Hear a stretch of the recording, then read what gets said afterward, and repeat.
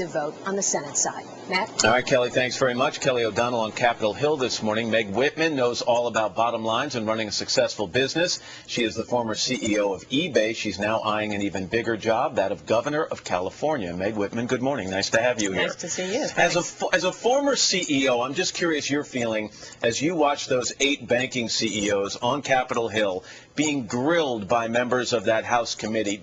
In your opinion, did they get what they deserved, or were they just unfortunate, and did they have a front row seat at a grandstanding event?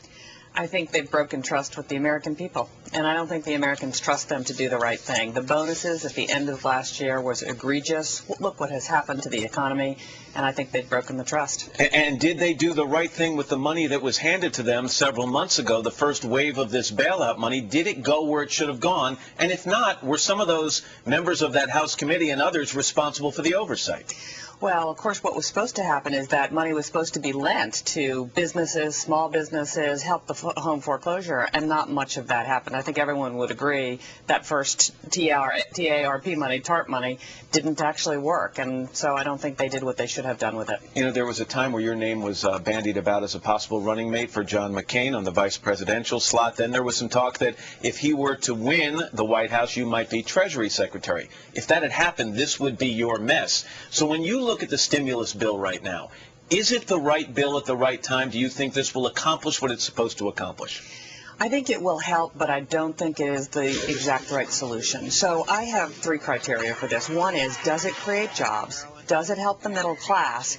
And is targeted right now, and will it be temporary? And I think, unfortunately, what has happened here is there's lots of spending in this. It's not targeted to jobs. But isn't that stimulative? And the people who've just crafted this bill say it'll create 4 million jobs. Do you disagree with that? I don't know if that's true. I doubt that that is true, because it may create jobs over a longer period of time, but we need jobs right now. I mean, we have a remarkable unemployment rate, and I don't think it is as targeted as it really should be. So in terms of grading President Obama and Secretary Geithner right now, you would give them what kind of grade on their efforts so far?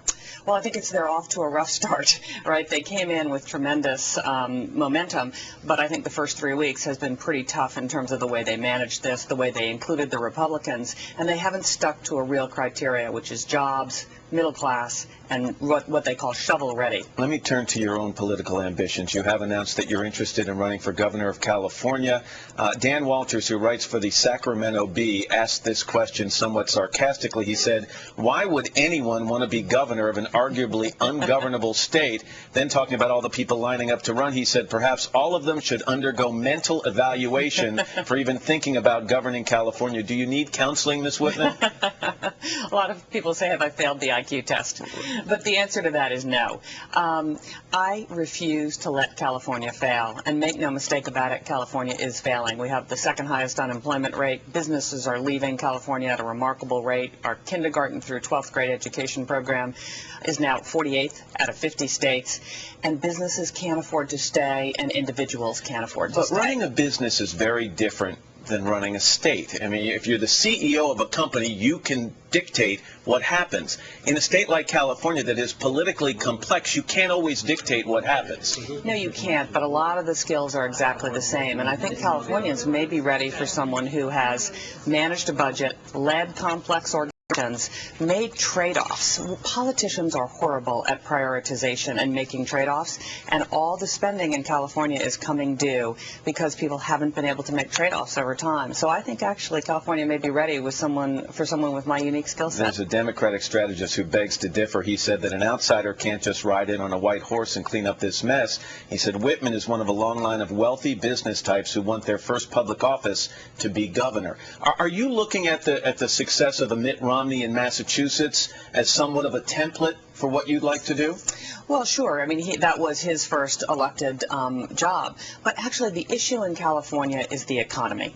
If we do not solve the economy and we do not create jobs and keep jobs from leaving, then all the other things that we want to do, invest in education, invest in the infrastructure, won't actually work. And I think I'm uniquely qualified to really focus on how do we create jobs in California. What I did at eBay was I created jobs. As you know, 1.3 million people make their living selling on eBay. Yeah. So I think I can actually take this up. Your 10-year run there was somewhat legendary. Ms. Whitman, it's nice to have you here. Thanks very much. Nice to have you. Appreciate it. 7:16.